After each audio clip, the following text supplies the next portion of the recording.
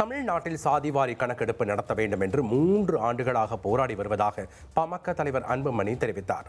அன்புமணி ராமதாஸின் உரிமை மீட்பு பயண பொதுக்கூட்டம் தருமபுரி மாவட்டத்தில் உள்ள கடத்தூர் பகுதியில் நடைபெற்றது. அப்போது பேசிய அன்புமணி, உச்சநீதிமன்றம், கர்நாடக உயர்நீதிமன்றம், மாநில அரசு சாதிவாரி கணக்கெடுப்பு நடத்தலாம் என்று கூறிய நிலையில் அது தெரியாது போல் தமிழக முதலமைச்சர் ஸ்டாலின் இருப்பதாக கூறினார்.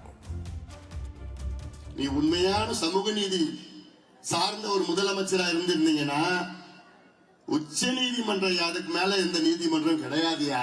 அப்படிப்பட்ட உச்ச நீதிமன்றம் ஒரு தீர்ப்பு 1316 நாட்களுக்கு முன்பு வழங்கி இருக்கிறது.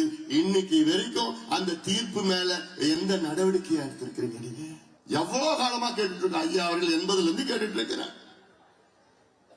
நான் 3 ஆண்டு காலமாக கத்தி எங்க பார்த்தாலும் கத்தி, எத்தனை கருத்துறங்க, எத்தனை போராட்டம், எத்தனை மாநாடு. ஏன் நான் கேட்கிறேன், தமிழ்நாட்டில் சாதி வாரி கணக்கெடுப்பு நடத்து.